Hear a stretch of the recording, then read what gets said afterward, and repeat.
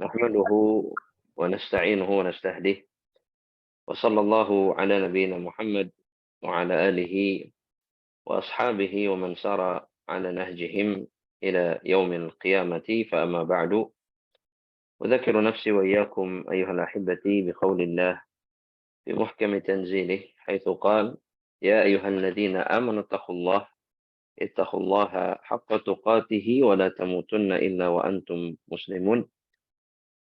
Ayuhal hadirun, kaum muslimin dan muslimat, yang semoga senantiasa berada di dalam naungan perlindungan dan penjagaan Allah Subhanahu wa taala.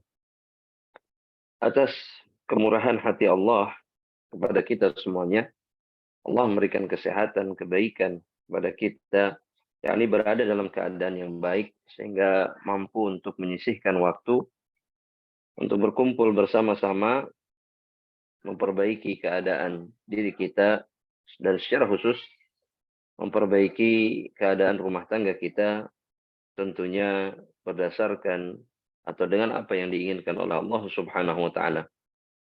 Masih dalam pembahasan sebelumnya, yakni berkaitan atau berkenaan dengan pembahasan sebelumnya, yang mana kita berbicara tentang konflik atau lebih tepatnya penyebab konflik di dalam hubungan rumah tangga. Dalam atau apa yang disampaikan di dalam perjumpaan sebelum perjumpaan hari ini, kita membahas tentang yang disebut dengan nusyuz. yakni keadaan di mana ketika salah seorang di antara pasangan suami istri, baik itu suami ataupun istri, ya melalaikan atau tidak menunaikan sebagian hak atau bahkan seluruh hak yang dimiliki oleh pasangannya. Atau dengan kata lain, atau dengan bahasa lain, juga disebut dengan pembangkangan dari salah seorang pasangan suami istri.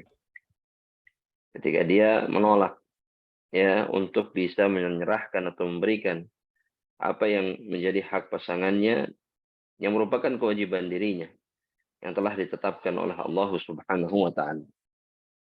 Malam ini kita masuk kepada penyebab konflik yang lainnya. Sebagaimana yang disebutkan di dalam kitab-kitab para ulama bahwa di antara penyebab terjadinya konflik rumah tangga secara khusus di dalam rumah tangga seorang muslim dan muslimah adalah ketika mereka diadu domba atau dirusak hubungannya oleh iblis dan bala tentaranya. Yang merupakan landasan dari perkataan atau pernyataan ini adalah apa yang disabdakan oleh Rasulullah Sallallahu Alaihi Wasallam dalam sebuah hadis yang sahih diriwayatkan oleh Imam Muslim rahimahullahu taala dari sahabat Jabir ibnu Abdullah ya Al-Ansari radhiyallahu taala anhuma, di mana baginda yang mulia Rasulullah Sallallahu Alaihi Wasallam mengatakan, Inna iblisa, sesungguhnya iblis, yadha'u arsyahu 'alal ma'. Dia meletakkan arasnya atau singgasananya di atas air. Tsumma yub'atsu sarayah. Kemudian dari singgasananya tersebut, yang mana kata para ulama, ini adalah usaha ataupun cara iblis. Kemudian untuk menandingi Allah Subhanahu wa taala, ya, dan semoga Allah melaknat iblis dan seluruh bala tentaranya, bahwa dia berusaha untuk meniru apa yang merupakan atau menjadi keadaan Allah Subhanahu wa taala di langit, yaitu beliau yakni Allah Subhanahu wa taala berada di atas arasy. Istawa 'alal arsy kata Rasulullah sallallahu wa arshuhu 'alal ma'. Dan arasy Allah Subhanahu wa taala itu ada di atas air. Nah, iblis alaihi la'natullah kemudian berusaha bertasyabbuh waliyadzu billah, ya fasyattana bainahuma, maka sangat jauh apa yang dia lakukan dengan apa yang menjadi keadaan Allah Subhanahu wa taala. Namun Nabi Muhammad SAW kemudian menjelaskan dari atas arasnya yang berada di atas air tersebut, iblis yab'atsu sarayah, dia mengutus mengirim bala tentaranya. Fa'adanahum minhu manzilatan a'zamuhum fitnah. yang paling dekat kemudian kedudukannya di sisi iblis alaihi la'natullah, itu adalah yang paling besar fitnah, ya, yang paling besar fitnahnya, yakni terhadap hamba-hamba Allah Subhanahu wa taala. Yang paling besar madarat atau gangguannya terhadap hamba-hamba Allah.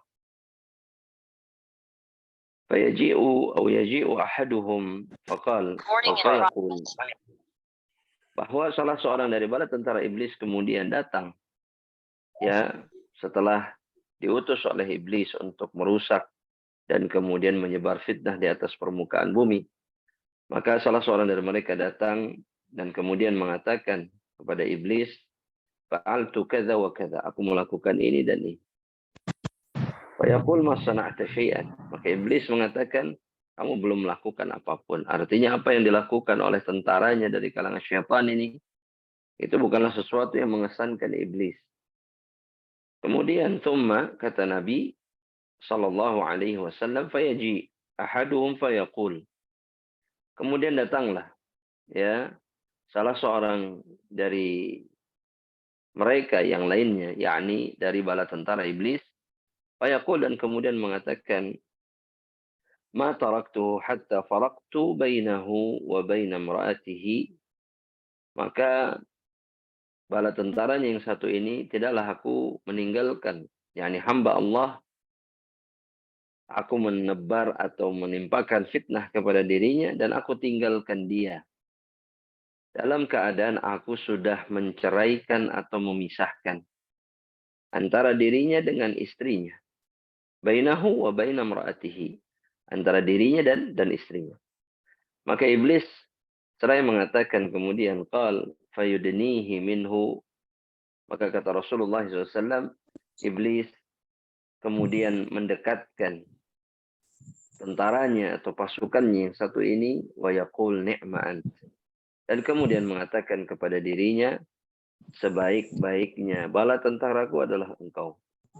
Yani mereka di antara kalangan pasukan iblis yang berhasil kemudian memisahkan, menghancurkan, menimpakan keburukan demi keburukan di dalam hubungan pernikahan seorang muslim dan muslimah. Nasallallahu alaihi wasallam. Dan ini tidak jarang menjadi penyebab konflik yang tidak disadari oleh kebanyakan hamba-hamba Allah Subhanahu wa taala, bahwa mereka memiliki musuh yang sangat nyata. Meskipun mereka tidak terlihat, tapi tugas dan kemudian tujuan mereka sangat jelas. Di antara tujuan dan tugas mereka adalah menghancurkan hubungan pernikahan antara seorang muslim dan muslimah. Karena keburukan yang muncul dari perpisahan dan hancurnya hubungan pernikahan itu adalah sangat disukai oleh iblis. Karena berbagai macam kerusakan dan keburukan yang ada di dalamnya. Ketika seorang muslim dan muslimah ini tidak menyadari bahwa mereka terjebak ke dalam fitnah ataupun usaha syaitan atau usaha bala tentara iblis, ya, yang ingin memang atau memiliki tugas dan tujuan untuk merusak hubungan pernikahan mereka. Nah, di antara kemudian ahibati fillah wa akhwati fiddin, ahibati fillah wa ikhwani fiddin, bahwa kata para ulama, di antara cara yang dilakukan oleh iblis dan bala tentaranya itu dengan beberapa macam, ya, usaha yang mereka lakukan dan kemudian beberapa macam cara yang menjadi andalan mereka. Yang pertama adalah at-takhbib. Yang pertama adalah at-takhbib biwasilatis sihr. Yang pertama adalah at-takhbib, yakni secara bahasa at-takhbib itu artinya adalah memisahkan, merusak hubungan antara satu orang dengan orang yang lain. Dan yang dimaksud di sini adalah hubungan seorang suami dan istrinya. Namun kemudian melakukan perbuatan tersebut dengan cara atau menggunakan wasilah as-sihr. Dengan menggunakan wasilah sihir yang dilakukan oleh para dukun yang merupakan kepanjangan tangan dari iblis. Atau para penolong atau para penghamba syaitan. Dan ini jelas diisyaratkan oleh Allah Subhanahu wa taala di dalam kitab Allah. dalam surat Al-Baqarah ayat yang ke-102, di mana Allah secara gamblang, secara jelas mengatakan bahwa di antara firman Allah yang disebutkan dalam ayat ini, fayata'allamuna, bahwa sebagian orang-orang Bani Israel, ya, yang merupakan pengikut atau keturunan, ya, dari uh, Sulaiman alaihissalam,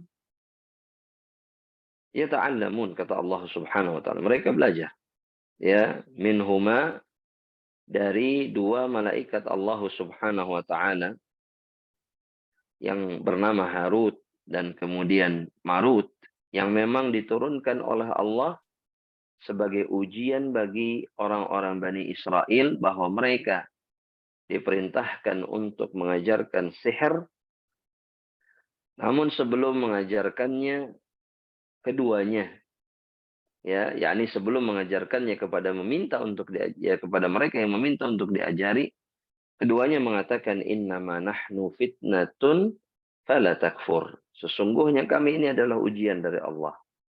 Jangan kemudian kalian meminta kami untuk mengajarkan sihir kepada kalian. Fala takfur. Janganlah kalian kufur. Karena sihir adalah di antara perbuatan yang membuat seseorang keluar dari daerah keislaman, memasukkan diri mereka ke dalam kekufuran.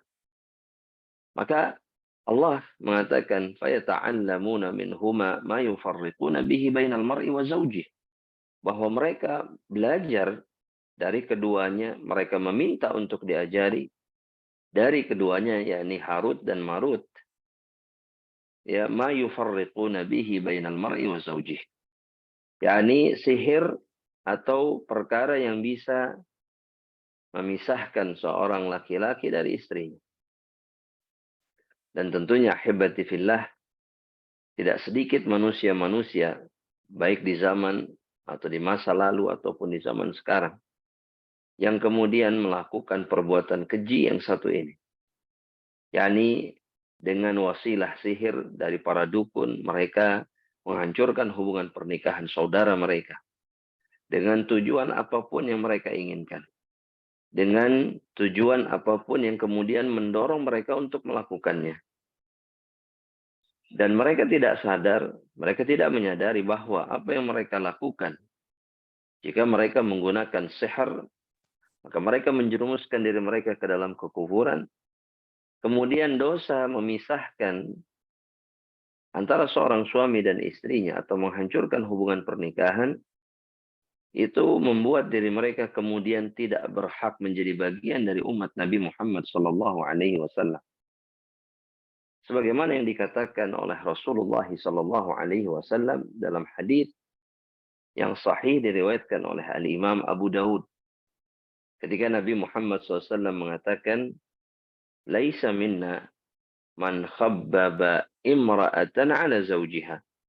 Tidak termasuk bagian kami atau tidak termasuk golongan kami mereka yang khabbab, yang tahbib, mereka yang merusak keadaan seorang wanita, menghancurkan hubungan seorang wanita dengan suaminya. Dan yang memang sering menjadi sasaran, ya, dari perbuatan keji yang disebut dengan tahbib adalah para wanita. Karena mudahnya mereka kemudian untuk terfitnah, dan kemudian mudahnya mereka untuk terkena godaan-godaan dan kemudian rayuan dan tipu daya syaitan. Namun ancamannya bagi mereka yang melakukannya adalah Nabi Muhammad SAW, ya, tidak mengakui mereka sebagai bagian umat Nabi Muhammad SAW atau bagian dari umatnya Sallallahu Alaihi Wasallam. Wa ya ahibati fillah, ya, wa ikhwani fid din, azani Allah wa iyyakum. Ini adalah di antara perkara yang sangat banyak dilakukan oleh manusia-manusia di tengah-tengah umat Islam. Ya, terlebih pada diri mereka yang orang-orang yang lemah iman, dan kemudian juga orang-orang yang lebih menuhankan hawa nafsu dan syahwatnya. Dan kemudian bahagia ketika melihat hancurnya hubungan pernikahan saudara mereka. Dan para ulama mengatakan, untuk perkara yang pertama ini yang menjadi wasilah iblis dan syaitan untuk menghancurkan hubungan pernikahan seorang muslim dan muslimah, Allah Subhanahu wa taala ya telah memberikan petunjuk dan tuntunan untuk bisa ya menjaga atau memperbaiki keadaan yang terjadi dan menimpa mereka. Para ulama mengatakan ahibati fillah wa ikhwani fiddin, ya di antara solusi, di antara obat yang bisa dilakukan oleh seorang yang kemudian terjebak ke dalam perbuatan syaitan yang satu ini, atau masuk ke dalam jebakan syaitan yang disebut dengan takhbib, yakni menimpakan, menghembuskan ya benih-benih permusuhan dan kebencian di antara seorang suami dan juga istrinya. Yang pertama adalah taqdimu husnidzan. Yang pertama adalah mengedepankan husnudzan jika kemudian muncul perasaan-perasaan yang tidak baik kepada pasangannya. Karena ketika seseorang lebih mendahulukan dzan yang buruk dibandingkan dzan yang baik, maka dia masuk ke dalam jebakan syaitan. Dan Allah Subhanahu wa taala sudah mengingatkan kita dalam suratul Hujurat. Allah Subhanahu wa taala mengatakan, ya inna ba'dadh dhanni itsmun, kata Allah Subhanahu wa taala. Ya ingatlah oleh kalian bahwa ya sebagian prasangka yakni yang buruk itu adalah dosa. Ya bukan perkara yang baik untuk diikuti. Dan kemudian Nabi juga memastikan dalam hadis yang sahih, ya inna dhanna aktsabul hadis, bahwa yang namanya prasangka yakni yang buruk itu di antara perkataan atau sesuatu yang paling dusta, yang paling bohong. Karena tidak ada kejelasan tentang kebenarannya. Dan itu pun yang semestinya disadari ketika muncul dhon-dhon buruk di antara pasangan suami istri. Kemudian yang kedua, seseorang bisa membaca yakni qiraatu ayatir ruqyah, membaca ayat-ayat ruqyah dari atau diawali dengan surat yang paling agung di antara surat yang paling agung dalam Al-Qur'an, di dalam kitabullah, suratul Fatihah, dan ayat-ayat yang lainnya atau surat-surat yang lainnya yang memang memiliki fadilah untuk menjaga seorang hamba Allah dari gangguan syaitan. Dan yang juga tidak kalah pentingnya adalah kata para ulama adalah hisnul bait, menjaga rumah, membentengi rumah bil ibadah. Ya, dengan ibadah wa khassatan qiraatul Quran. Dan secara khusus adalah dengan memperbanyak qiraatul Quran di rumah atau di tempat tinggal, ya, yang ditempatinya. Ini yang tidak jarang kemudian di masa kita sekarang ini banyak dilalaikan oleh pasangan suami istri. Terlebih jika mereka kemudian lebih menyukai wasilah-wasilah hiburan yang banyak kemaksiatan di dalamnya. Artinya mereka terpalingkan dari ibadah kepada Allah dengan perkara-perkara yang melalaikan. Ya seperti hiburan, permainan, atau yang semisalnya. Sehingga jangan menyalahkan siapapun kemudian ketika ternyata ya bahwa hubungan pernikahan mereka kemudian dipenuhi dengan masalah atau bahkan ya dijebak atau dijerumuskan oleh syaitan ke dalam permusuhan, pertikaian, dan perselisihan. Semua ini adalah karena perbuatan hamba Allah Subhanahu wa taala itu sendiri. Kemudian perkara yang kedua, ahibati fillah, dari wasilah yang digunakan oleh iblis ataupun syaitan ya dari kalangan bala tentara iblis adalah dengan menebar namimah, ya, dengan menebar ya namimah atau melakukan namimah ya di antara pasangan suami istri. yakni mereka memberikan berita-berita bohong. Ya, sejatinya ini di antara bentuk takhbib. Tapi secara khusus ahibati fillah, bahwa namimah itu adalah ketika seseorang kemudian memberikan berita-berita atau menyampaikan kebohongan kepada masing-masing pasangan sehingga muncul permusuhan di antara mereka. Adapun takhbib ahibati fillah, para ulama mengatakan bahwa tidak serta-merta ya pasangan ini diadu domba. Tapi yang lebih sering terjadi ketika seseorang melakukan tahbib kepada pasangan suami istri, dia adalah merusak, ya, dan kemudian menanamkan kebencian di dalam hati salah satu pasangan. Sehingga muncullah kebenciannya dan akhirnya dia mengambil keputusan atau mengambil langkah untuk berpisah dari suaminya. Adapun namimah, maka yang menjadi sasaran adalah keduanya. Sehingga mereka kemudian, ya, saling berselisih dan kemudian memilih untuk menghentikan dan menyelesaikan hubungan pernikahan mereka. Yang perlu dan kemudian yang wajib disadari oleh mereka-mereka yang menghancurkan hubungan pernikahan, ya, saudara mereka dengan namimah adalah ancaman yang diancamkan oleh Allah Subhanahu wa taala kepada mereka. Dan betapa banyak di antara hamba-hamba Allah di hari ini, ya, di masa sekarang ini, yang kemudian sibuk dengan dengan menjadi pengadu domba, ya, di antara saudara-saudara muslim, begitu juga di antara pasangan suami dan istri. Rasulullah Shallallahu Alaihi Wasallam dalam hadis yang diriwayatkan oleh Imam Al Bukhari dan juga Imam Muslim, di mana kata sahabat Abdullah bin Abbas radhiyallahu taala anhuma, bahwa Nabi Muhammad SAW marra bi qabrain. Nabi Muhammad SAW itu melewati dua kuburan. Dan kemudian Nabi Muhammad SAW berhenti. Ya, ketika beliau melewati dua kuburan, beliau berhenti dan kemudian mengatakan, innahuma la yu'adzaban. Sesungguhnya keduanya sedang diazab. yakni penghuni kuburan atau dua kuburan yang dilewati oleh Rasulullah SAW tersebut itu sedang disiksa oleh Allah Subhanahu wa taala.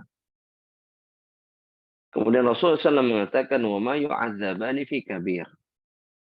Dan keduanya itu tidak diazab karena dosa besar. Yang dimaksud oleh Nabi di sini, kata para ulama, bukan berarti yang dilakukan oleh mereka itu dosa kecil. Tapi mereka menganggap bahwa apa yang mereka lakukan itu bukan dosa besar. Ini dua penghuni kuburan tersebut menyangka bahwa apa yang mereka lakukan itu bukan dosa besar.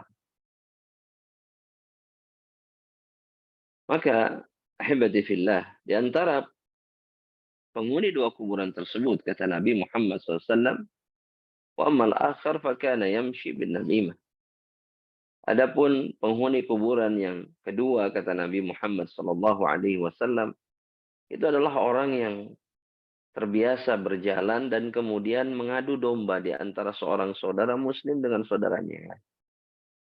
Jadi dia datang kepada satu saudaranya biwajhin, sebagaimana dijelaskan oleh Nabi dalam hadis yang lain. Dia mendatangi saudaranya biwajhin, dengan satu wajah, dengan satu sikap, dengan satu perkataan, ya, dan kemudian mendatangi saudaranya yang lain biwajhin akhar, dengan wajah yang lainnya. Sehingga muncullah permusuhan di antara dua saudara muslim, dan tidak jarang kemudian muncullah permusuhan di antara pasangan suami dan istri.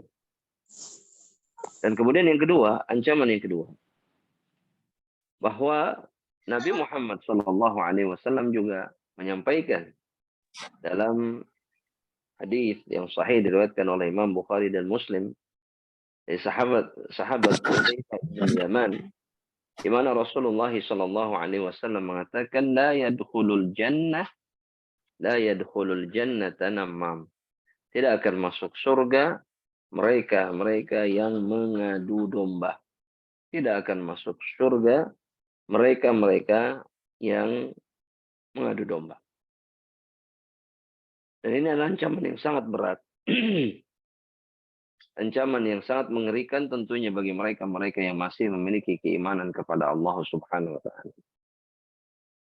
Banyak orang yang berpikir bahwa apa yang mereka lakukan kepada saudaranya adalah perkara yang sepele atau perkara yang sederhana, padahal dia adalah perkara yang sangat besar di sisi Allah Subhanahu wa taala.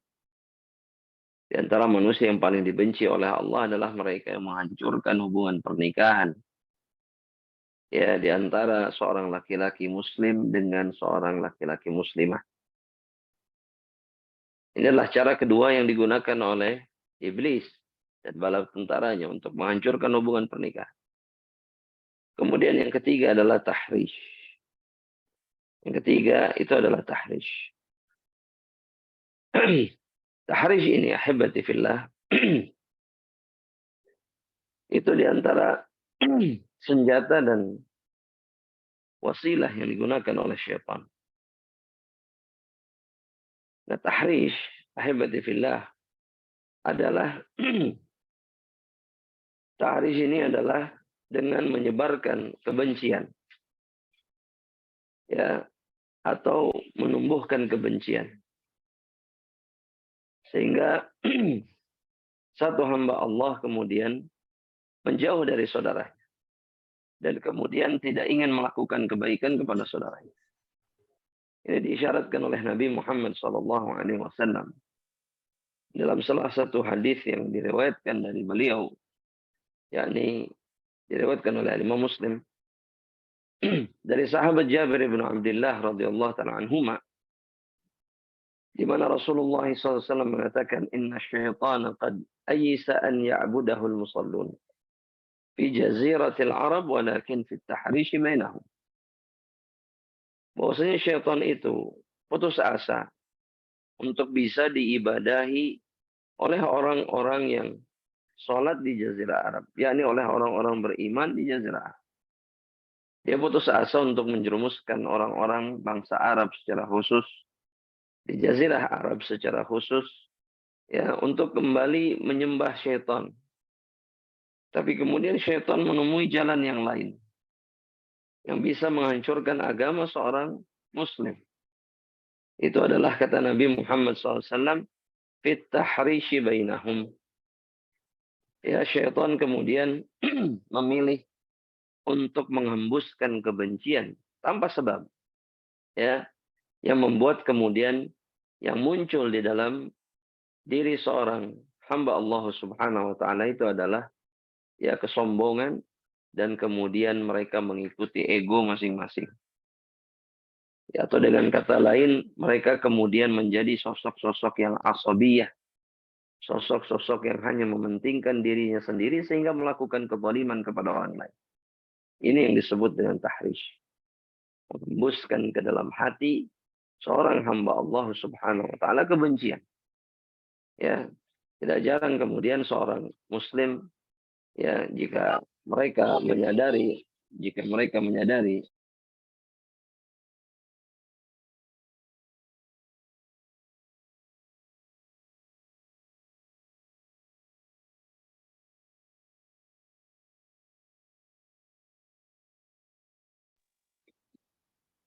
nah, afwan, aibadillah.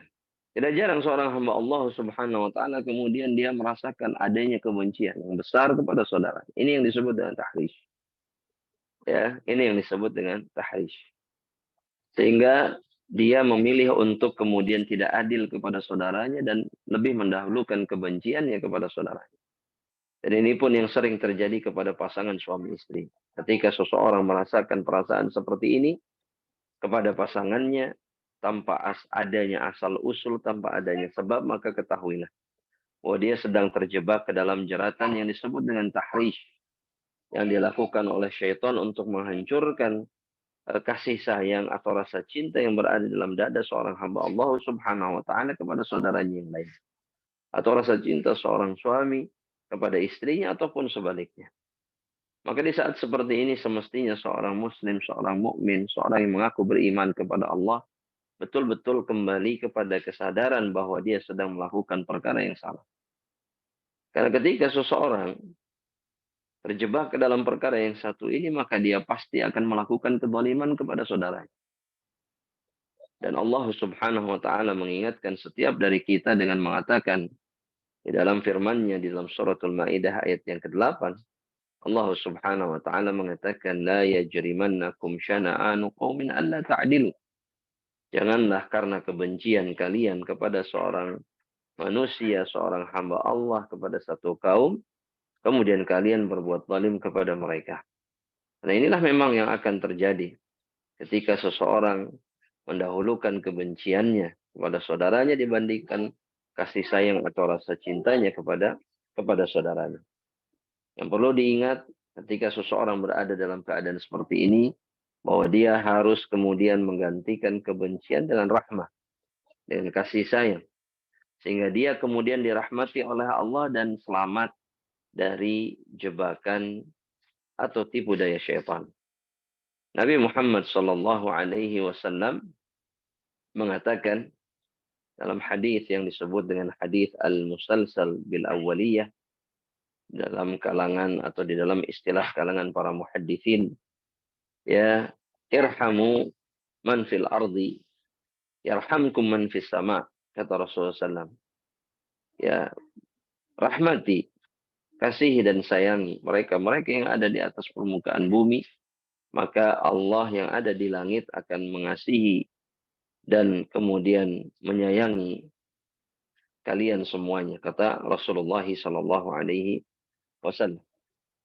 Nah, para ulama memberikan kemudian nasihat kepada kita semuanya bahwa mereka-mereka yang menjadi atau yang terjebak kemudian tertipu masuk ke dalam tipu daya syaitan, jebakan tipu daya syaitan dan bala tentaranya atau iblis dan bala tentaranya, hendaknya betul-betul kemudian menahan diri mereka dari kezaliman dan kemudian dari amarah dan menggantikannya dengan kasih sayang ataupun kemudian menggantikannya dengan keadilan dan bergantung kepada Allah Subhanahu wa taala, ya, untuk bisa menyelesaikan semua fitnah dan kemudian tipu daya syaitan, ya, yang seringkali kemudian membuat hancurnya hubungan rumah tangga. Wallahu taala alam bishawab. Itu diantara penyebab konflik ahibati fillah di dalam hubungan rumah tangga. Meskipun ada sebagian ulama juga yang kemudian mengatakan bahwa di antara penyebab dan pemicu yang tidak jarang, ya, menimpa pasangan suami istri itu adalah sebab-sebab iktisadiyah, sebab-sebab ekonomi yang sering kali kemudian memicu konflik dalam hubungan rumah tangga seorang muslim dan muslimah. Ataupun kemudian ahibati fillah, ya, selain itu juga adalah di antara penyebab yang menyebabkan konflik rumah tangga di antara seorang muslim dan muslimah adalah al-ma'siyah, kemaksiatan yang dilakukan oleh salah seorang atau kedua pasangan suami istri. Dan kemaksiatan secara khusus, ya, yang dimaksud oleh para ulama adalah ketika mereka kemudian mengkhianati pasangannya. Dan tentunya semua ini terjadi ahibati fillah ketika seseorang jauh dari iman dan ketakwaan kepada Allah Subhanahu wa taala. Ketika mereka jauh dari iman dan jauh dari ketakwaan kepada Allah Subhanahu wa taala dan kemudian mereka lebih memilih untuk menghancurkan hubungan pernikahan dibandingkan memperbaikinya. Adapun orang-orang yang beriman kepada Allah Subhanahu wa taala, maka dia akan berusaha keras semampu yang bisa dia lakukan untuk menjaga pernikahannya sebelum terjadi konflik atau untuk mencegah terjadinya konflik atau kemudian memperbaiki islah hubungan rumah tangganya ketika terjadi konflik atau ketika terjadi pertikaian di antara pasangan. Dan Islam telah memberikan petunjuk, ya, ataupun tuntunan dan bimbingan kepada orang-orang yang beriman. Dan di antara bimbingan dan petunjuk tersebut, sebagaimana yang menjadi wasiat syariat ini, baik itu dikatakan oleh Allah di dalam Al-Quran ataupun kemudian diajarkan oleh Rasulullah Sallallahu Alaihi Wasallam. Yang pertama adalah caranya dengan berhusnudzan di antara sesama atau di antara pasangan suami istri. Ini sebagaimana yang dikatakan atau yang dijelaskan tadi, ya, dalam perkataan Anas sebelumnya, bahwa husnudzan di antara obat yang akan mengobati semua unsur atau faktor kebencian dan permusuhan yang muncul, ya, di antara pasangan suami istri. Kemudian yang kedua itu adalah at-tasyawur. Yang kedua itu adalah tasyawur. Tasyawur artinya adalah mengedepankan komunikasi, ya, atau dengan bahasa yang sering kita atau umum kita dengar adalah dengan musyawarah. Ya, membicarakan semua apa yang terjadi, ya, di dalam pernikahan.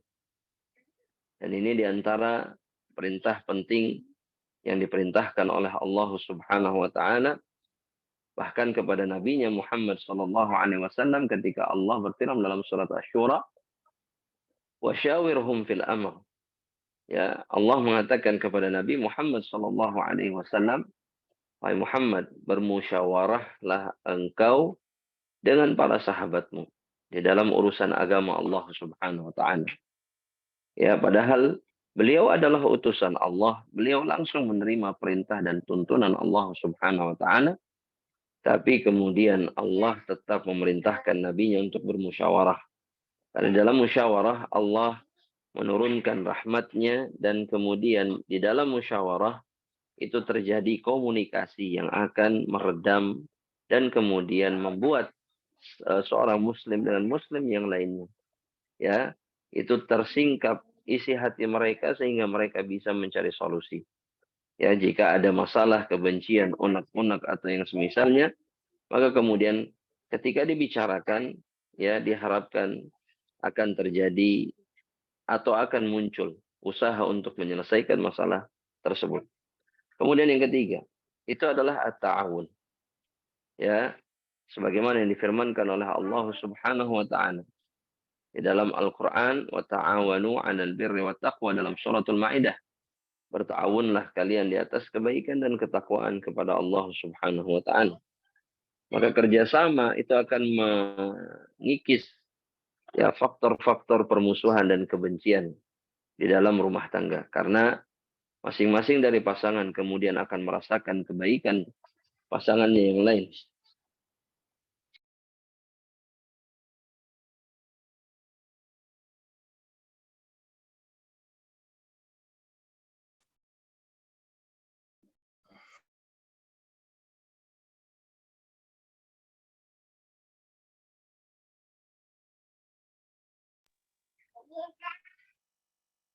Di dalam ta'awun, masing-masing pasangan suami istri akan mendapati kebaikan pasangan yang lain. Ya, dan ini akan menumbuhkan rasa cinta, kasih sayang, ya, dan kuatnya hubungan ya di antara mereka berdua. Terkhusus ketika mereka bertawun di atas kebaikan, maka hanya kebaikan dan rahmat Allah yang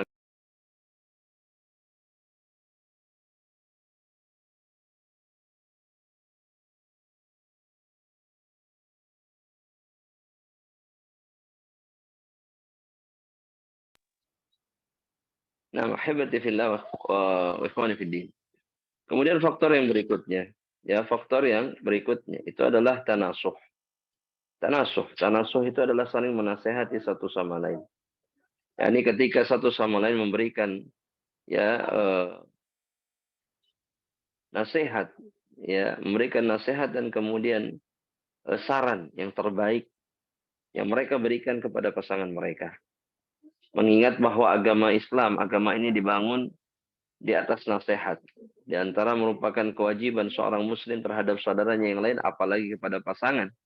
Itu adalah memberikan nasihat terbaik kepada mereka, baik seorang istri kepada suami atau suami kepada istrinya. Ya, sebagaimana yang dikatakan oleh Nabi Muhammad sallallahu alaihi wasallam dalam hadis yang sahih. Ya, ad-dinun nasihah. Kata Nabi Muhammad sallallahu alaihi wasallam, agama itu adalah nasihat.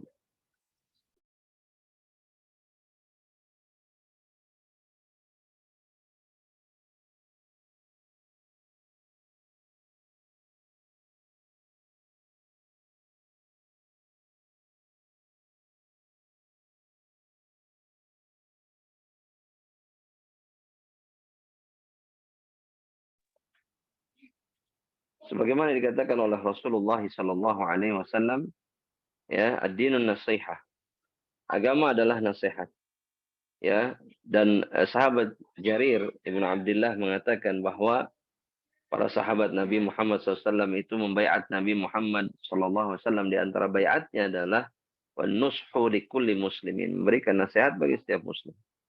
Dan ketika masing-masing pasangan mengedepankan nasihat kepada pasangan yang lain, maka niscaya mereka akan mendapatkan kebaikan dan rahmat Allah Subhanahu wa taala yang akan menghalangi munculnya perselisihan dan pertikaian di antara mereka. Kemudian perkara yang berikutnya, ahibati fillah, ya berarti perkara yang kelima, itu adalah tafahum. Ya, di antara obat konflik dan pertikaian rumah tangga itu adalah tafahum. Ya, ini saling memahami karakter satu sama lain atau tabiat satu sama lain. Dan ini bisa dilakukan ya dengan cara yang pertama adalah mengisi kekurangan pasangannya. Kemudian yang kedua adalah memberikan eh, apa namanya? Memberikan motivasi atau memberikan dorongan atau tahrid ya kepada pasangannya ketika mereka berada dalam keadaan yang lemah. Dan kemudian yang ketiga, di antara bentuk tafahum adalah dengan berusaha memperbaiki keadaan pasangannya. Ya, dengan berusaha memperbaiki keadaan pasangannya ketika mereka terjerumus ke dalam keburukan. Ya, maka ini di antara bentuk tafahum ya yang akan menjadi obat ya dari atau akan menjadi penghalang dari munculnya kebencian ya kepada pasangan yang dimilikinya. Dan Nabi Muhammad SAW itu mengisyaratkan ini ketika beliau mengatakan kepada kaum muslimin, ya khususnya para lelaki yang menjadi suami, di mana Nabi Muhammad SAW mengatakan istausu bin nisa'i khairah, ya maka eh, hendaknya kalian ya senantiasa melakukan kebaikan kepada para wanita, yakni yang menjadi istri kalian. Innama khuliqna min dhila. Nabi Muhammad SAW kemudian mengatakan sesungguhnya mereka diciptakan dari tulang rusuk. Wa a'waju ma fid dhil'i a'laha. Dan yang paling bengkok di antara tulang rusuk adalah yang paling tinggi, yang paling atas. Ya, kata Nabi Muhammad SAW, jika engkau kemudian berusaha untuk jika berusaha, afwan,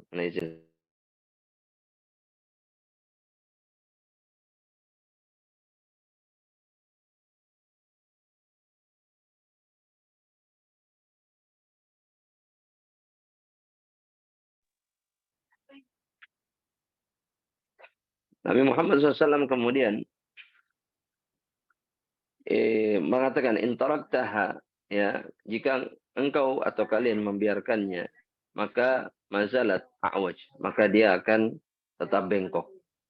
Tapi jika kalian berlebihan dalam meluruskannya, kata Nabi Muhammad SAW, kesarta, maka engkau pasti akan mematahkan. Dalam hadis ini Nabi Muhammad SAW mengisyaratkan bagaimana semestinya seseorang memaklumi kekurangan pasangannya dan melakukan yang terbaik untuk kemudian ya memperbaiki keadaan mereka, dan ini yang dimaksud dengan tafahum. Ya, ini yang dimaksud dengan tafahum. Kemudian yang berikutnya, ahibati fillah, yang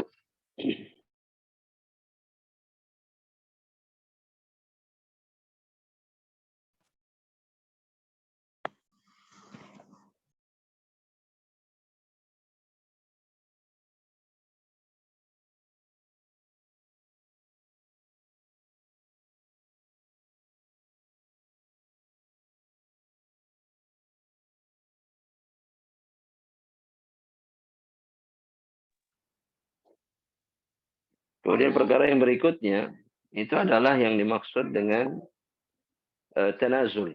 Di antara obat ataupun kemudian solusi ya dalam perkara konflik rumah tangga adalah yang disebut dengan tanazul. Dan yang maksud dengan tanazul adalah saling mengalah satu sama lain dalam keadaan-keadaan di mana seseorang bisa mengalah atau boleh mengalah. Ya, seperti di dalam kebaikan, perkara-perkara yang baik. Terkadang salah satu pasangan tidak sepakat dengan kebaikan yang dilakukan oleh pasangan yang lain. Maka yang lebih baik dalam perkara seperti ini adalah ketika seseorang tanazul. Itu mengalah ya demi kebaikan ya dan kemudian mencegah terjadinya konflik. Dan ini ahibati fillah di antara sifat yang sangat penting di dalam hubungan rumah tangga. Ini di antara sifat atau perkara yang sangat penting dalam hubungan rumah tangga. Sehingga seseorang yang kemudian menjumpai ketidaksukaan atau ketidaknyamanan ketika melihat kebaikan yang dilakukan oleh pasangannya, dan ini lumrah terjadi, ya mungkin karena sebab-sebab tertentu sehingga dia tidak nyaman atau kurang setuju dengan apa yang dilakukan oleh pasangannya meskipun baik, maka sikap yang semestinya dilakukan oleh seseorang adalah tanazul. Ketika dia mengalah, agar kemudian kebaikan itu tetap ya berjalan dan kemudian tidak terjadi perkara yang tidak diinginkan di dalam hubungan mereka, yakni hubungan pasangan suami istri dalam rumah tangga. Yang berikutnya adalah taghaful. Ya, yang berikutnya adalah taghaful. Taghaful adalah melupakan, ya, melupakan apa yang sudah pernah dilakukan oleh pasangan. Dan ini di dalam syariat Islam, ya, kaidah dasarnya atau kaidah pokoknya adalah dengan memaafkan kesalahan yang dilakukan oleh pasangan ketika mereka sudah memperbaikinya dan kemudian bertobat kepada Allah Subhanahu wa taala. Allah Subhanahu wa taala mengisyaratkan di dalam Al-Qur'an dalam firman-Nya, "Khudhil afwa wa'mur bil 'urfi wa'rid 'anil jahilin," kata Allah Subhanahu wa taala. Ya, ambillah pemaafan, dahulukan ya memaafkan. Kemudian ajak manusia, perintahkan manusia kepada kebaikan. Wa'rid 'anil jahilin, dan berpalinglah dari orang-orang yang bodoh. Ya, dan ketika seseorang mudah memaafkan kesalahan pasangannya, maka dia pun akan sangat mudah kemudian melupakan apa yang pernah terjadi dari apa yang dilakukan oleh pasangannya, dan ini akan membuat seseorang kemudian jauh dari sifat curiga, dari sifat kemudian buruk sangka, ataupun perbuatan tajassus, perbuatan mencari-cari kesalahan pasangannya. Sehingga ini diantara juga sifat atau perbuatan atau sikap yang sangat penting, yang menjadi obat dari konflik rumah tangga yang sering kali terjadi di antara hamba-hamba Allah Subhanahu wa taala. Maka ini diantara perkara-perkara yang bisa menjadi wasilah atau cara ataupun jalan ya yang akan memberikan jalan keluar ataupun solusi dari masalah-masalah rumah tangga yang mungkin terjadi di antara pasangan hamba-hamba Allah, yakni pasangan seorang muslim dan muslimah. Dan tentunya semua perkara ini adalah dalam rangka untuk membuat hubungan pernikahan menjadi hubungan yang terbaik, hubungan yang dicintai oleh Allah Subhanahu wa taala dan diridhai oleh Allah, sehingga Allah memberikan cinta, kedamaian, kasih sayang ya di dalam hubungan pernikahan yang jauh dari semua keburukan ya yang tidak diinginkan oleh Allah Subhanahu wa taala. Allah taala alam. Ini mungkin yang bisa saya sampaikan ahibati fillah dalam perjumpaan di malam hari ini, dan semoga Allah Subhanahu wa taala kemudian memberikan keadaan yang terbaik di dalam pernikahan kita semuanya ataupun pernikahan kaum muslimin secara umum. Dan mungkin di akhir perjumpaan kita, jika ada yang ingin ditanyakan ataupun ada sesi tanya jawab, maka Anda persilahkan dan Anda kembalikan semuanya kepada Allah ya Abu Ilyasa Asep Abdurrahman. Falitafadhal. Nah, alhamdulillah, syukran Ustaz atas ilmu yang telah disampaikan. Semoga menambah ilmu kami dan kami semua dimudahkan untuk mengamalkannya. Allahumma amin. Nah, alhamdulillah, kemudian kita akan masuk ke dalam sesi berikutnya, yaitu sesi tanya jawab. Silakan yang ingin bertanya bisa langsung ditulis di kolom chat Zoom yang telah disediakan, atau bisa langsung open mic bertanya langsung kepada Al-Ustaz Abdullah Amir Maretan, hafizahullah ta'ala. Ini udah ada yang masuk beberapa pertanyaan, Ustaz. Ana izin untuk membacakannya. Nah, yang pertama, Bismillah. Assalamualaikum ilaikum.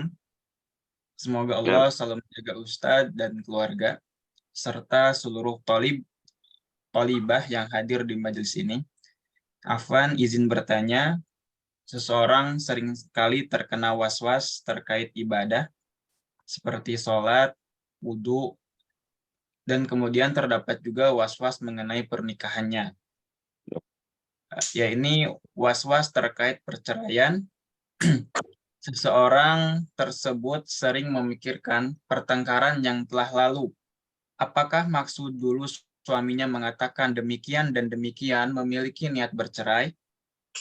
Sebelumnya pernah ditanyakan juga kepada pasangannya. dan pasangan telah mengatakan bahwa belum pernah menceraikannya. Ya. Bagaimana cara menyikapi hal tersebut? Tafadhol, Nah, Ustaz. barakallahu fiik. Perlu kita dan wajib kita ketahui adalah bahwa was-was datangnya dari syaitan.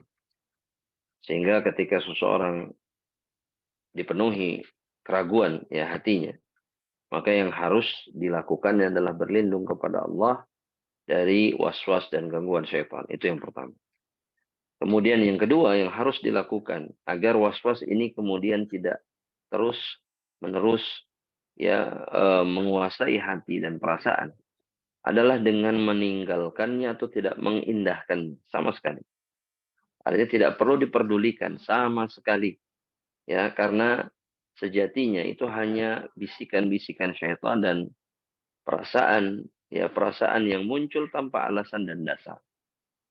Nah, ketika kemudian ya sebagaimana disebutkan tadi bahwa pernah dikatakan kepada pasangannya bahwa apakah yang dia maksudkan itu adalah niatnya untuk menceraikan dirinya, namun pasangannya kemudian mengatakan tidak, maka itu yang dijadikan acuan, bukan keraguan yang ada dalam hati kita.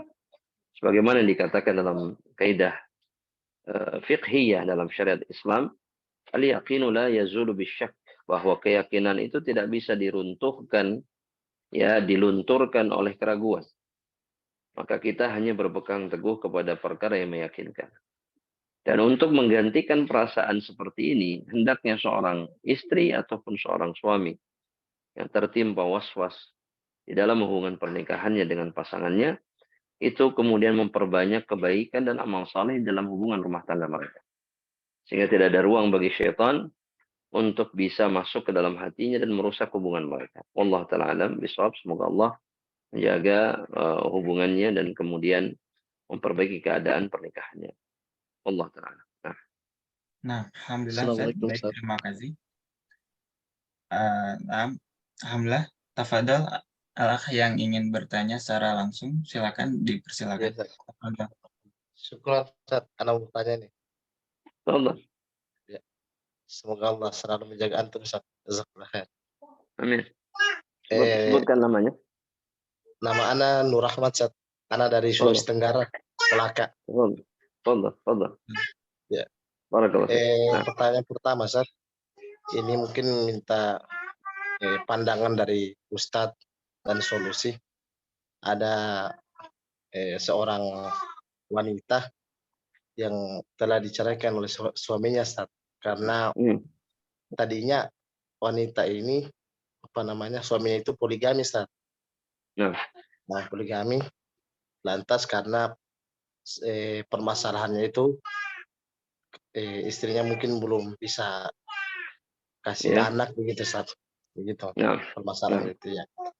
Terus suaminya ini poligami dan pada akhirnya perempuan ini, istri pertama ini diceraikan, Ustaz. Karena si istri kedua ini bilang, kamu pilih saya atau dia, begitu, Ustaz. Kemudian setelah berjalannya waktu, setelah diceraikan, si suami ini pengen balikan lagi, Ustaz, begitu. Dan istrinya, istri yang pertama, Ustaz.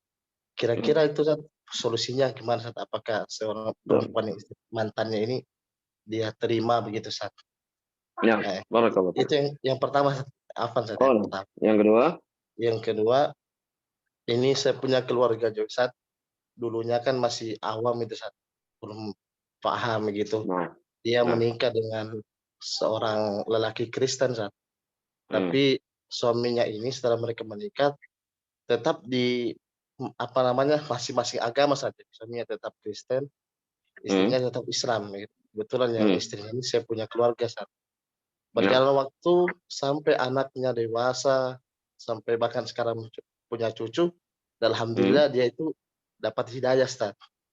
Nah, itu terus gimana, Ustaz, solusinya? Karena kan apakah ini, Ustaz, pokoknya solusinya, Ustaz, gitu, Ustaz. Nah, yang pertama, afwan, wa jazakallahu khairan, barakallahu fikum. Yang pertama, ahibati fillah, ya, yang pertama, apa yang dilakukan oleh istri kedua ini adalah kezaliman. Ketika dia meminta suaminya untuk menceraikan saudarinya, yakni istri yang pertama. Namun ketika kemudian sang laki-laki mengiyakannya, maka dia pun terjerumus ke dalam kezaliman. Karena permintaan istri kedua itu bukanlah alasan yang kuat untuk menceraikan istri pertama. Meskipun istri yang pertama belum bisa memberikan keturunan ya bagi suaminya, tapi itu bukan alasan. Kemudian yang kuat untuk menceraikan dirinya. Nah, jika kemudian di kemudian hari sang laki-laki ini ingin kembali kepada istri pertamanya, maka lakukan.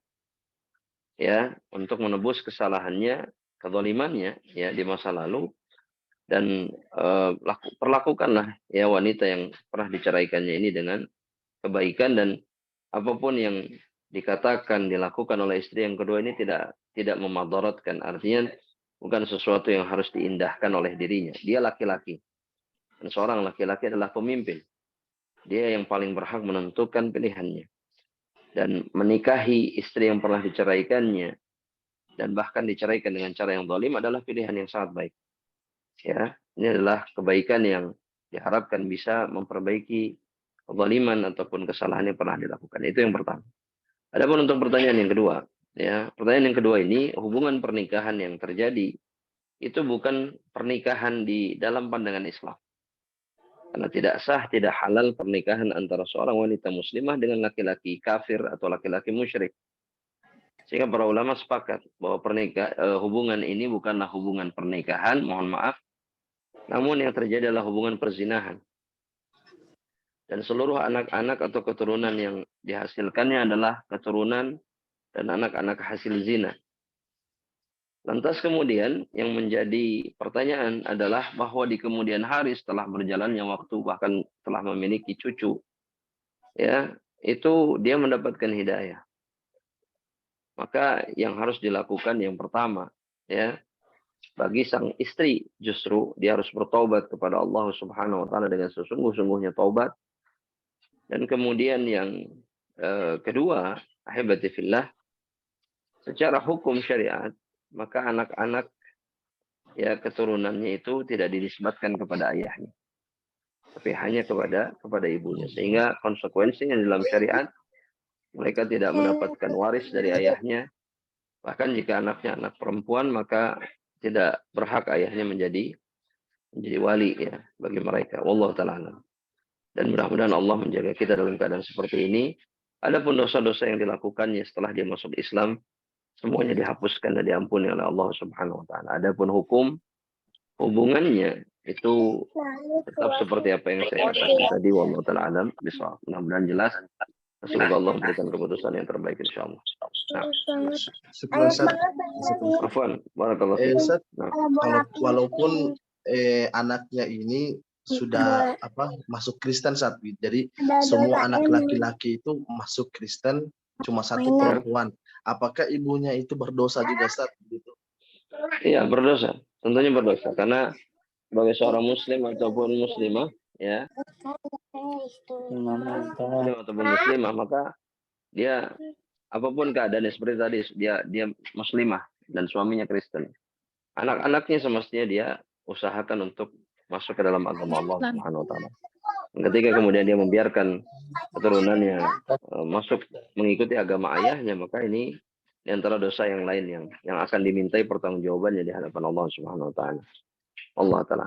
Nah, syukur Ustaz, barakallahu fiik. afwan. Fiikum barakallah. Semoga Allah menjaga kita semuanya. Amin. Allahumma amin.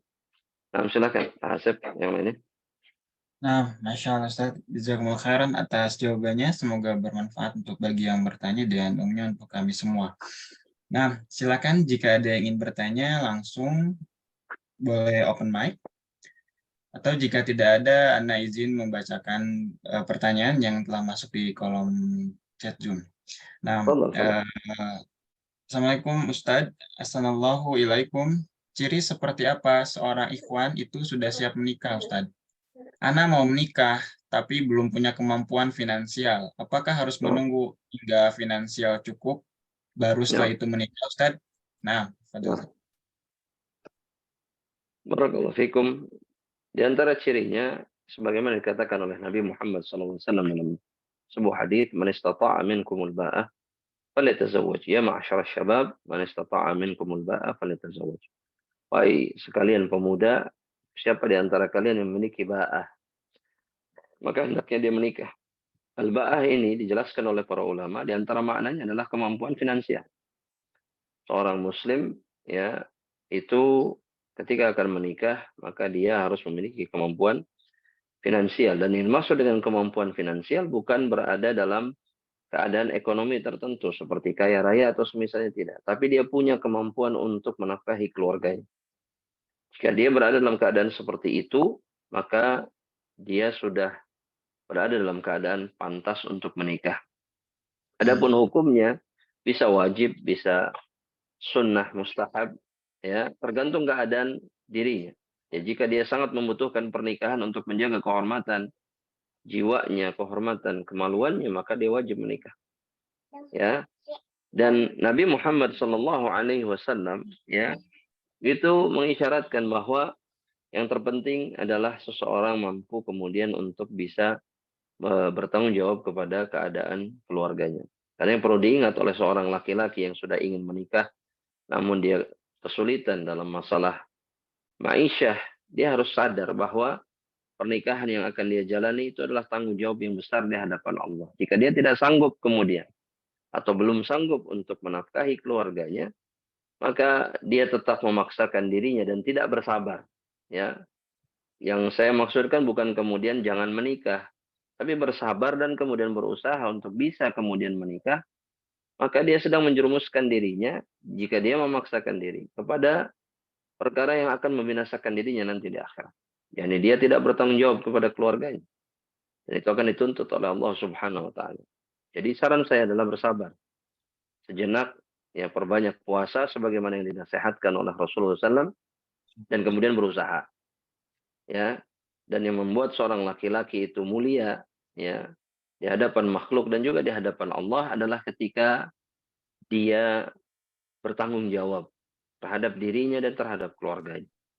Ini adalah syaraf, kemuliaan ya yang ada pada diri seorang laki-laki. Ini yang membedakan seorang laki-laki pemberani dengan seorang laki-laki pengecut.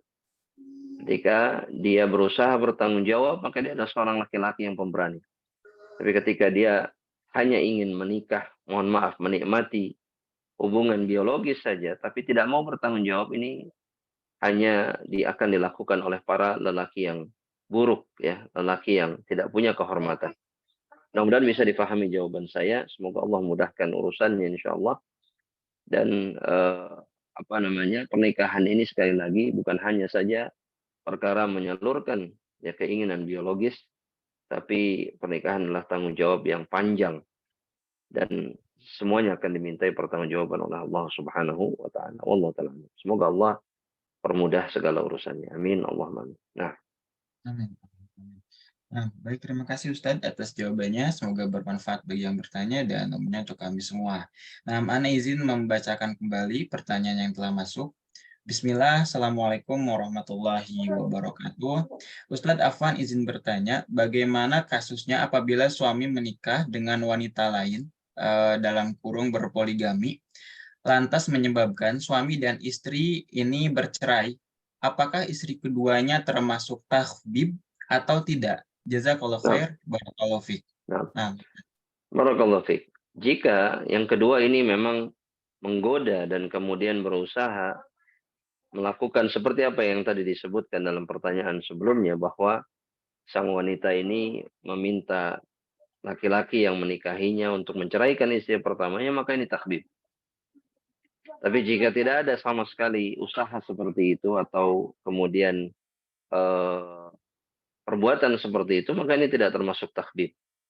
Ya, ini tidak termasuk takhbib. Karena menikah lagi atau beristri lebih dari satu adalah syariat yang diperbolehkan di dalam Islam.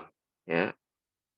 Yang terpenting adalah jika berkenaan dengan pertanyaan tadi bahwa tidak ada usaha apapun untuk menghancurkan hubungan pernikahan suaminya dengan istri pertamanya.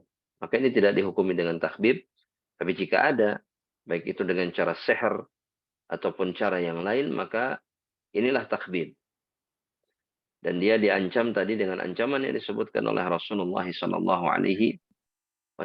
bahwa laisa minna, tidak termasuk ya dari golongan kami mereka-mereka yang merusak hubungan seorang wanita dengan suaminya. Allah taala alam bisawab. Nah, Ustaz, terima kasih atas jawabannya. Ana izin membacakan pertanyaan berikutnya yang telah masuk. Bismillah, Assalamualaikum. Semoga Allah memberkahi antum dan keluarga, Ustadz. Izin bertanya, yang pertama, qadarullah bila sudah terjadi perceraian dan masing-masing pasangan sudah menikah kembali dengan yang lain, secara agama bagaimana pengaturan hak asuh anaknya? Yang kedua, bagaimana hukum tentang pernikahan yang dilakukan ketika istri yang sudah terlanjur hamil dalam kurung hamil di luar nikah? Jika sudah terjadi pernikahan itu, bagaimana yang seharusnya dilakukan? Barakallahu fikum. Nah, Ustaz. Fikum barakallah. Yang pertama, hak asuh itu sebenarnya adalah perkara yang luas dalam Islam. Ya, tapi kebanyakan para ulama mengatakan bahwa seorang anak itu berada dalam pengasuhan ibunya sampai usia 7 tahun. Ya, adapun 7 tahun ke atas itu kemudian fase di mana seorang ayah yang semestinya mengisi dan kemudian membimbing sang anak. Karena itu adalah fase ta'dib, fase ta'lim. Itu adalah fase di mana orang tua harus memberikan ta'dib, yakni pengajaran tentang akhlak dan adab, dan juga ilmu-ilmu agama yang merupakan tanggung jawab sang ayah. Sebagaimana difirmankan oleh Allah Subhanahu wa taala dalam Al-Qur'an, ya ayyuhalladzina amanu qu anfusakum wa ahlikum nara. Ya, wahai orang yang beriman, jagalah diri kalian dan keluarga kalian dari api neraka Allah. Ali bin Abi Thalib mengatakan, ay andimuhum wa adibuhum. Yang dimaksud oleh Allah menjaga diri kalian dan keluarga kalian dari api neraka Allah adalah dengan memberikan pengajaran agama kepada mereka dan kemudian adab atau akhlak kepada mereka. Ya. Dan dalam perkara ini tidak sepatutnya seorang ayah ataupun seorang ibu kemudian menahan ya kebaikan satu sama lain terhadap anak-anak mereka. Ya, jangan kemudian anaknya dihalang-halangi untuk berjumpa dengan ayahnya ataupun sebaliknya. Ini diantara kezaliman dan ini diantara perbuatan memutus tali silaturahmi dan ini diantara perbuatan keji yang sering terjadi dan sering dilakukan oleh pasangan yang bercerai. Ya, waliyadzubillah. Semoga Allah menjaga kita dari semua ini. Dan kemudian ada pun untuk pertanyaan yang berapa tadi? Kedua, ya. Apa tadi pertanyaannya? Yang kedua ini pertanyaannya adalah bagaimana hukum tentang pernikahan yang dilakukan ketika istri yang sudah terlanjur hamil di luar nikah. Ya. Jumhur ulama mengatakan pernikahannya tidak sah. Ya. Sehingga harus diulang lagi. Yang benar adalah pernikahannya diakhirkan sampai sang wanita melahirkan dan kemudian bertobat kepada Allah, baru kemudian pernikahan itu diperbolehkan dengan laki-laki yang menzinahinya. Ya. Dan ini yang dimaksud adalah dengan laki-laki yang menzinahinya. Jika sudah terjadi maka bertobatlah kepada Allah dan yang terbaik adalah mengulangi pernikahan. Ya. Agar kemudian tidak terus-menerus terjadi perzinahan demi perzinahan. Karena sejatinya pernikahan yang mereka lakukan ini tidak sah dalam pandangan jumhur ulama. Wallahu ta'ala alam bismillah. Alhamdulillah Ustaz. Ana izin membacakan kembali pertanyaan yang telah masuk. Ini terkait pembahasan tadi Ustaz. Assalamualaikum warahmatullahi wabarakatuh. Ustadz Afwan, bukankah tidak setiap kesalahan harus kita lupakan? Karena kalau dilupakan khawatir terjerumus kesalahan yang sama. Nah, Ustaz, bagaimana pendapatnya Ustaz? Nah, ya mungkin yang dimaksud adalah oleh penanya ya bahwa melupakan kesalahan itu adalah diantara penyebab kemudian atau mendorong pasangannya kemudian membiarkan pasangannya melakukan perkara yang sama. Tentunya yang dimaksud melupakan kesalahan dalam pembahasan tadi bukan seperti ini. Tapi melupakan kesalahan agar kemudian dia bisa melakukan kebaikan kepada pasangannya. Karena seringkali mengingat kesalahan itu membuat seseorang kemudian terhalang dari berbuat adil dan melakukan kebaikan. Itu yang dimaksud oleh Allah dalam firman-Nya yang tadi saya sebutkan. La yajrimannakum syana'anu qaumin alla ta'dilu. Jangan karena kebencian kalian kepada seseorang, kepada satu kaum, kemudian kalian tidak berbuat adil. Di antara penyebab yang membuat ya perkara ini terjadi adalah ketika seseorang selalu mengingat kesalahan, keburukan, kemudian perkara-perkara yang menghalangi dirinya dari melakukan kebaikan dan keadilan. Ini yang terlarang. Adapun mengingat-ingat dalam rangka kemudian waspada dan berusaha mencegah kemungkinan ini terjadi kembali, ini tidak ada masalah. Tapi yang dimaksud oleh para ulama tadi adalah jangan sampai kemudian ketika kita mengingat-ingat justru kemudian membuat kita tidak berbuat baik kepada pasangan kita, maka ini yang akan menjadi penyebab konflik di antara pasangan suami istri. Ya, mudah-mudahan bisa dipahami oleh penanya dan semoga Allah Subhanahu Wa Taala kemudian menjaga kita dan melindungi kita semuanya. Amin. Tolong. Amin, Allahumma amin. Nah, Ustaz, terima kasih atas jawabannya. Semoga bermanfaat bagi yang bertanya. Nah, Nah, mungkin Ana pertanyaan izin, terakhir, Asep ya. Pertanyaan terakhir eh, mungkin. Nah, yang terakhir, Ustaz. Nah, terakhir. eh, baik. Bismillah. Assalamualaikum warahmatullahi wabarakatuh. Waalaikumsalam. Assalamualaikum Ustaz. Izin bertanya, Nah, apakah ada amalan khusus agar kita dan keluarga terhindar dari sihir yang bisa merusak keluarga? nah, Jazakallahu khairan wa barakallahu fiik, Ustaz. Tafadhol, Ustaz. nah, barakallahu fiik. Ada terkhusus ya yang bisa dilakukan dan kemudian disunnahkan bahkan oleh Nabi Muhammad SAW adalah dengan menjaga diri dengan mengamalkan zikir pagi dan petang.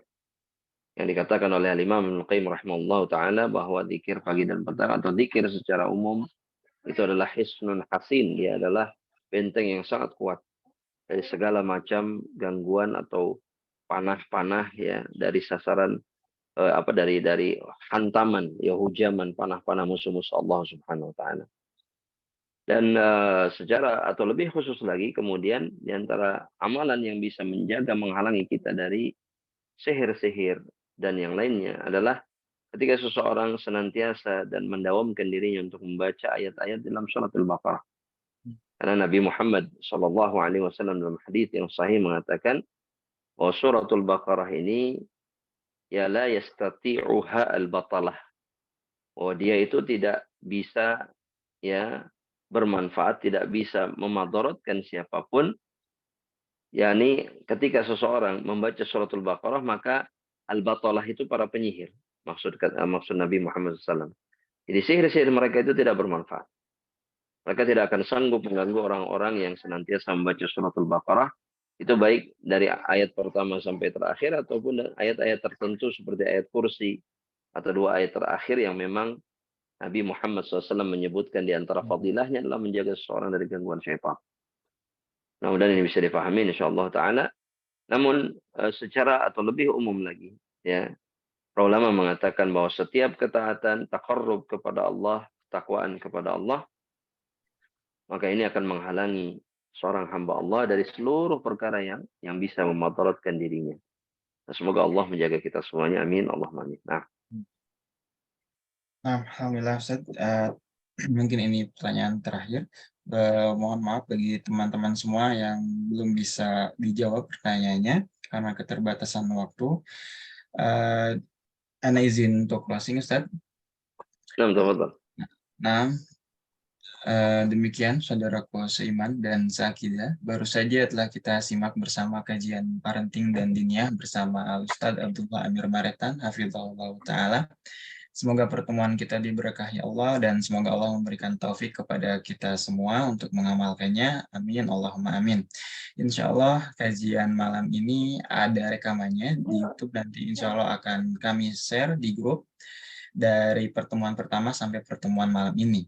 Nah, yang insya Allah semoga pertemuan kita ini diberkahi Allah dan semoga Allah memberikan taufik kepada kita semua untuk mengamalkannya.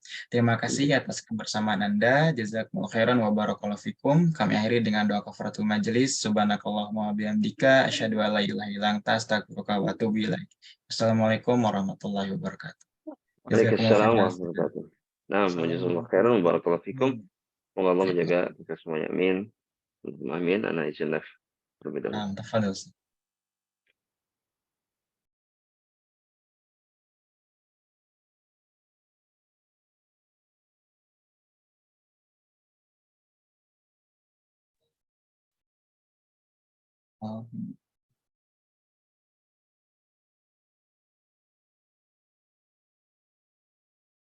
Nah, untuk channelnya di channel YouTube Al-Khalid bin Ahmad Al-Farahidi.